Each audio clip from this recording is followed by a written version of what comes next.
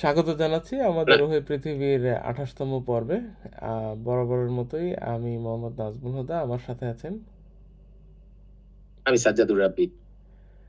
তো আজকে আমরা আলাপ করব আমাদের দেশের লোকজনের পরিশ্রম, মেধা, বিজ্ঞান মনস্কতা এই বিষয়গুলো নিয়ে। তো এই কথাগুলো বলতে গেলে আসলেই আমাদের বলতে হয় যে আমরা আসলে সমস্ত কিছুতেই তো শর্টকাট খুঁজি, এবং যেটার ফলাফল আমরা গত কয়েক বছরেই দেখেছি যে হয় আমরা অটো পাস নিতে চাই, অথবা আমরা পরীক্ষায় আমাদের কিন্তু নকলের হার একটা খুবই ভয়াবহ পর্যায়ে চলে গিয়েছিল, এবং বেশিরভাগ জায়গাতে আমরা কিন্তু দেখেছি যে মানুষ শুধুমাত্র জিপিএ 5 পাওয়া পর্যন্তই হচ্ছে যে তাদের আগ্রহ আছে, কিন্তু আসলে হচ্ছে যে সে স্বশিক্ষায় শিক্ষিত হচ্ছে কিনা এই বিষয়টা নিয়ে কিন্তু মানে জ্ঞানের পরিধি হওয়া বা সুশিক্ষায় স্বশিক্ষিত হওয়া এই বিষয়গুলোতে আমাদের কিন্তু আসলে জাতিগতভাবে খুব বেশি একটা আগ্রহ আমরা দেখি না। এবং ইনস্টিটিউশনাল এফোর্টের বাইরে কেউ যদি ব্যক্তিগত এফোর্টে কিছু করে, তাকেও হচ্ছে আমরা দেখছি যে মেধার জোরে অনেকে কিন্তু নিজের মতো করে নিজে কিছু করছে, সেখানেও কিন্তু সরকারি কোনো সহায়তা পাওয়া যাচ্ছে না। সেই ক্ষেত্রে সেই ছেলে বা সেই মেয়ে দেখা গেল যে বাইরে স্কলারশিপ নিয়ে পড়তে যাচ্ছে, অথবা নিজে এমন কিছু করছে। আসলে হচ্ছে যে তার দেশের প্রতি যে একটা ভালোবাসা বা কৃতজ্ঞতা আসার মতো সে যে একটা কিছু বলতে পারবে, সেই ধরনের কোনো এক্সাম্পলও কিন্তু আমরা খুব বেশি একটা দেখছি না।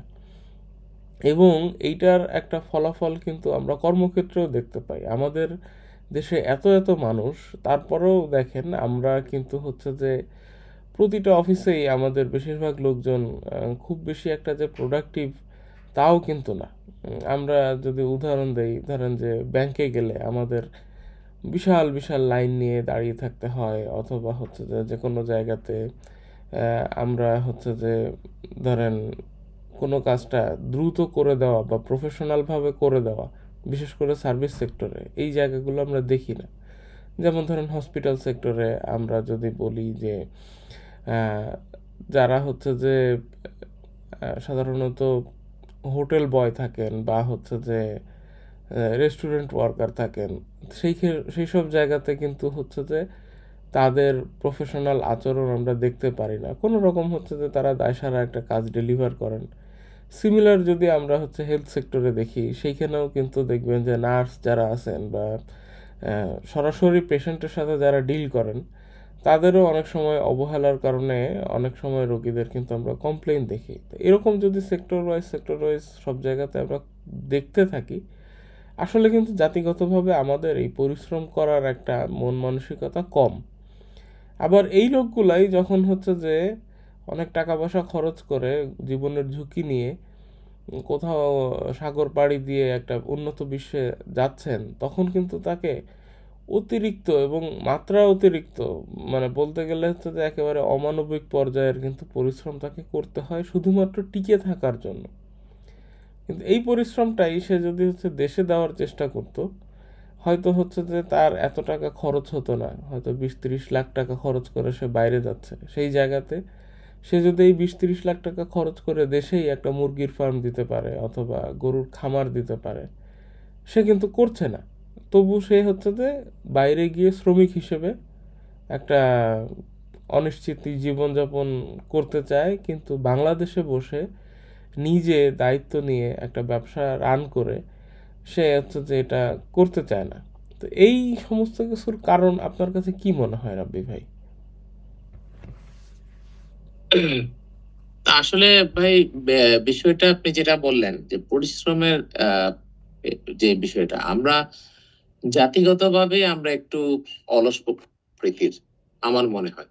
মানে সবকিছুতেই আমরা একটু শর্টকাট খুঁজি, যে আমার যে কোনো একটা কাজ করতে গেলে আমার এটা মানে প্রপার ওয়েতে করতে গেলে হয়তো বা একটু বেশি শ্রম যাবে, সেটা আমি কিভাবে একটু শর্টকাটে কাউকে দিয়ে করিয়ে নেওয়া যায়, বা কোনো একটা লিঙ্ক খুঁজে কিংবা কোনো জায়গায় একটু আহ টাকা খরচ করে জিনিসটাকে সহজ উপায়ে করে ফেলা। এটা আমার এটা ছোটবেলার থেকে আমরা মনে হয় মানে দেখে আসছি, দেখতে দেখতে এটা বড় হয়েছি। সো এটা আমাদের মানে স্বভাবের ভিতরে ঢুকে গেছে। এক, দুই হচ্ছে পরিশ্রম দেশে ওই যারা পরিশ্রম করতেছে, যারা দেশের বাইরে যায় তাদের অবশ্যই একটা বিগ ডিফারেন্স তারা ফিল করে। কারণ বাইরে পরিশ্রমের অনেক মূল্য, আমাদের দেশে হয়তো পরিশ্রমের মূল্য নেই। আপনি যেই পেশাটার কথা বললেন, নার্সের পেশা যদি আমরা ধরি, বা ক্লিনারের পেশা, এই পেশাগুলো দেশের বাইরে আসলে খুবই মানে ভ্যালু দেওয়া হয় এই পেশাগুলোতে। এবং এই পেশাগুলো এরকম না যে আমি কোনো কিছু না জেনেই আমি এই ধরনের একটা পেশায় হুট করে 2 মাস 3 মাসের একটা ট্রেনিং করে চলে আসলাম, আমি এই পেশাতে মানে কাজ করতে পারবো, আমি এই পেশায় কাজ করার জন্য ফিট, এইটাও কিন্তু না। কিন্তু আমাদের দেশে হচ্ছে, আপনি যদি মানে নার্সিং এর হয়তো কিছু কোর্স আছে, কিন্তু নার্সরা মানে বাংলাদেশে আসলে কতটুকু আহ আপনি যদি বলি তাদের যেই প্র্যাকটিস করানো বা তাদের যেই ট্রেনিং সেশন গুলো, এগুলো আসলে কতটুকু করানো হয়। আপনি ওই মানে রোগীদের যে আমাদের একটা সবসময় একটা পেশেন্টের লোকদের একটা থাকে, যে কমপ্লেইন থাকে যে এই নার্স ভালো না, এই হাসপাতালের ক্লিনাররা ভালো না, ক্লিন করে না ঠিক মতো। তো এইটা আসলে তাদের উপলব্ধির জায়গাটা আসলে একটা বড় ফ্যাক্ট, যে যে যার কাজ যদি প্রপার ওয়েতে করে তাহলে এই ক্লেম বা এই কমপ্লেন গুলো আসার আসলে কোনো সুযোগ নাই। আপনি বাইরে যে কোনো হাসপাতালে গেলে যে পরিমাণ পরিষ্কার পরিচ্ছন্ন, বাংলাদেশের প্রাইভেট কিছু হাসপাতাল ছাড়া বাংলাদেশের সরকারি হাসপাতালে যদি যান, এই ধরনের পরিচ্ছন্নতা আপনাকে মানে চিন্তাই করা যায় না। কিন্তু এই সেক্টরে কি লোক নাই? অবশ্যই লোক আছে। এবং এই সেক্টরের লোকগুলো মানে হয়তোবা সিস্টেমের দোষের কারণে আমাদের এই জিনিসগুলো প্রপারলি হচ্ছে না, আমি যেটা মনে করছি। আবার বাইরে হয়তোবা সিস্টেম যেটাই আছে, আপনাকে ওইখানে গেলে ওই কাজটা প্রপারলি করতেই হবে। সো এই জায়গাটায় আমার মনে হয় মানে আমরা বলতে পারি যে সিস্টেমের পরিবর্তন যদি আমাদের না আসে, আসলে আমাদের স্বভাবের পরিবর্তন হবে না। আমরা যতই আহ এগুলো নিয়ে কথা বলি, এগুলো মানে মানুষ জানে, সবাই জানে, কিন্তু আসলে যখন সে ওই কাজটা করতে যায়, সেও চিন্তা করে আমি শর্টকাটে কিভাবে এই জায়গাটা আমি পার হয়ে যাব। কিন্তু এই শর্টকাটে পার হতে গিয়ে আরো 10 জনের মানে অসুবিধার কারণ হয়ে যাচ্ছে সে।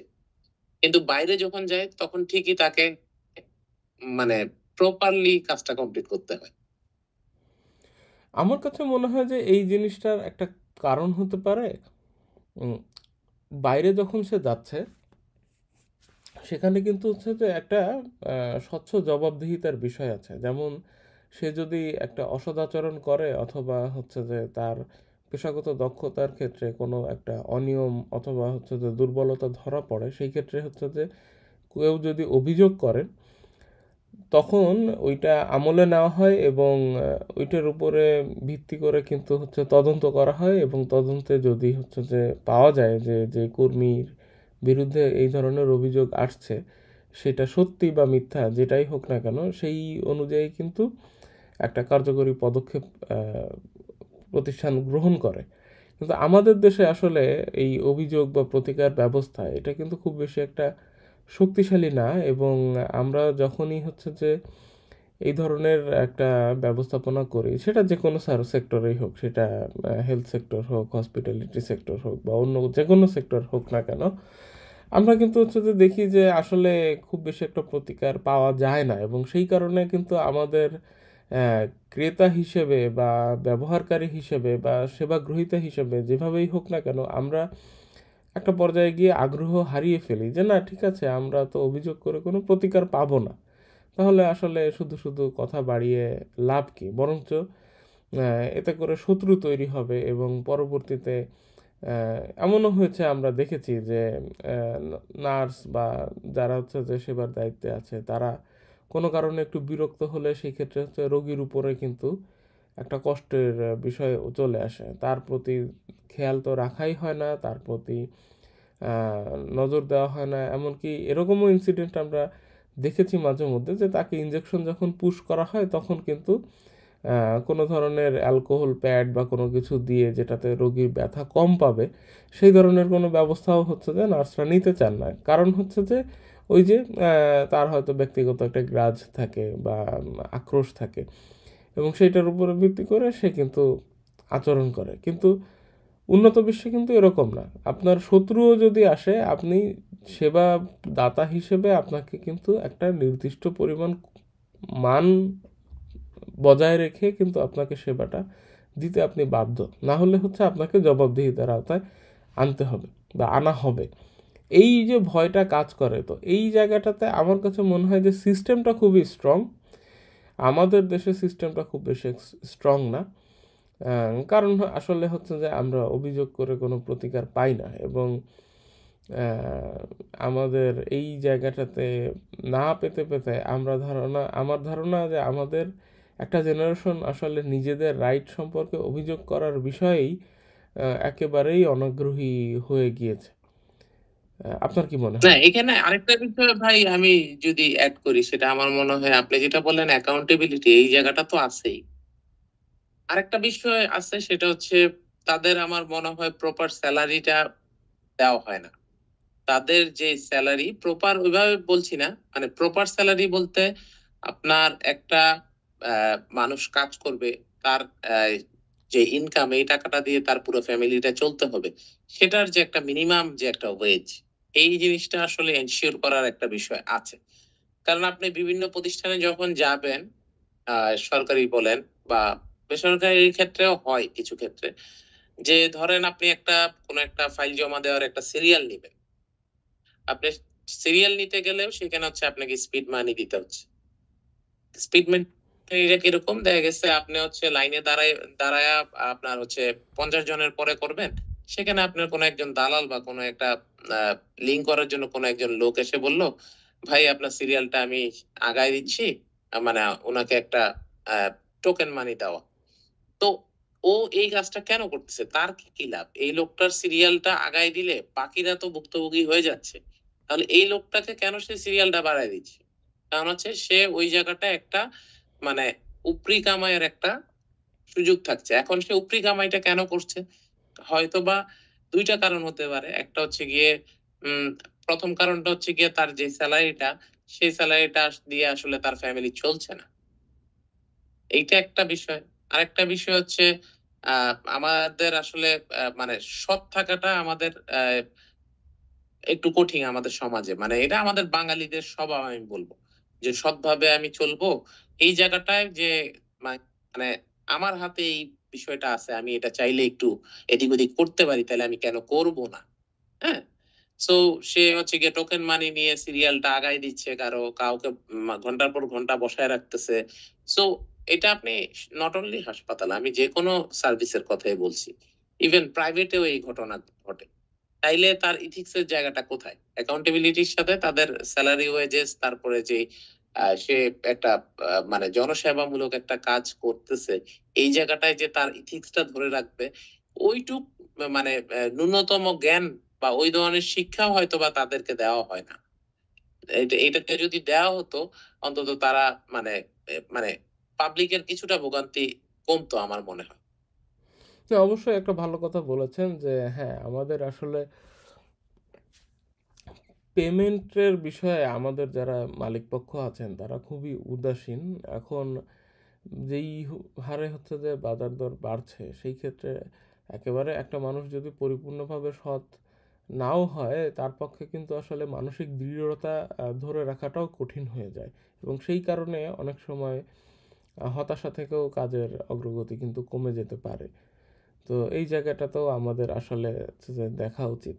তো আমার কাছে মনে হয় যে উন্নয়নমূলক সুপারিশ যদি থাকে, তাহলে আমাদের উচিত আসলে একটা জব ক্লাসিফিকেশন থাকা, এবং জব ক্লাসিফিকেশন অনুযায়ী কিছু স্কিল রিকোয়ারমেন্ট সেট করে দেওয়া, যেটা আমাদের যুব ও কর্মসংস্থান অধিদপ্তর বা মন্ত্রণালয় আছেন, অথবা সংশ্লিষ্ট আরও কোনো অধিদপ্তর যদি থেকে থাকে, তারা কিন্তু এই যে জিনিসটা আমলে নিতে পারেন, যাতে করে হচ্ছে যে সরকারি এবং প্রাইভেট যারা কর্মজীবী আছেন তাদেরকে একটা নির্দিষ্ট অধিকারের আওতায় নিয়ে আসা। কারণ আমাদের দেশে কিন্তু হচ্ছে শুধুমাত্র শ্রম আইন আছে, কিন্তু শ্রম আইনটা কিন্তু সব ধরনের কর্মজীবীদেরকে আসলে এই নিশ্চয়তাটা প্রদান করে না। এবং আসলেই হচ্ছে যে সেই ধরনের অধিকার সচেতনতা নিয়ে আমরা কিন্তু খুব বেশি একটা কাজও করিনি। এবং এইটা নিয়ে যে আসলে আমাদেরকেও কথা বলতে হবে, এইটা কিন্তু আমাদের অনেকেরই ধারণাতেও নাই। এবং হচ্ছে যে ওই যে ঘুরে ফিরে একই কথা, যে এই বিষয়টা নিয়ে আমরা যে কারো কাছে দাবি তুলব, এটা তোলারও কিন্তু খুব বেশি একটা জায়গা নেই। এবং হয়তো হচ্ছে যে বলতে বলতে কতজন আছে নিজের পয়সা খরচ করে এই ধরনের দাবি দেওয়া উত্থাপন করা। কারণ সাধারণত যারা চাকরিজীবী হন বা কর্মক্ষেত্রে আসেন, তারা তো তুলনামূলক হচ্ছে যে তাদেরকে কাজকর্ম করতে হয়, এর ফাঁকে ফাঁকে অর্থেরও বিষয় আছে, সময়েরও বিষয় আছে, কখন আসলে দাবি দেওয়া উত্থাপন করা যাবে। এই ধরনের কাজ যারা করেন তারা হচ্ছে প্রফেশনাল অ্যাক্টিভিস্ট, এবং তারা আসলে ডোনারের উপরে নির্ভরশীল। কিন্তু চাকরিজীবী বা কর্মজীবী তারা কিন্তু আসলে কারোর উপরে নির্ভরশীল না, এবং তাদের কোনো অ্যাসোসিয়েশনও নেই। এবং অ্যাসোসিয়েশন চালালেও সেটারও তো একটা সেই ডিলেমা আছে, সময় এবং অর্থ কোথা থেকে আসবে। এমনিতে নিজেদের অনেক হিমশিম খেতে হয়, তো সব কিছু মিলিয়ে একটা ডিলেমা থাকে। এটা আমার কাছে মনে হয় যে সরকার পক্ষ থেকে যদি চাওয়া হয়, এটা একটা নির্মূল করার একটা চেষ্টা, উদ্যোগ নেওয়াই যেতে পারে। তো আর খুব বেশি কথা না বাড়াই আজকের মতো এখানেই শেষ করতে চাই। সবাইকে ধন্যবাদ আমাদের সাথে এতক্ষণ ধৈর্য ধরে এই পডকাস্টটা শোনার জন্য। আজকের মতো আমি বিদায় নিচ্ছি। আমি মোহাম্মদ নাজমুল হুদা। আমি সাজ্জাদুর রাব্বি। সবাইকে আগামী পর্ব দেখার আমন্ত্রণ জানিয়ে আজকের পর্ব এখানেই শেষ করছি। ভালো থাকবেন, সুস্থ থাকবেন। আসসালামু আলাইকুম।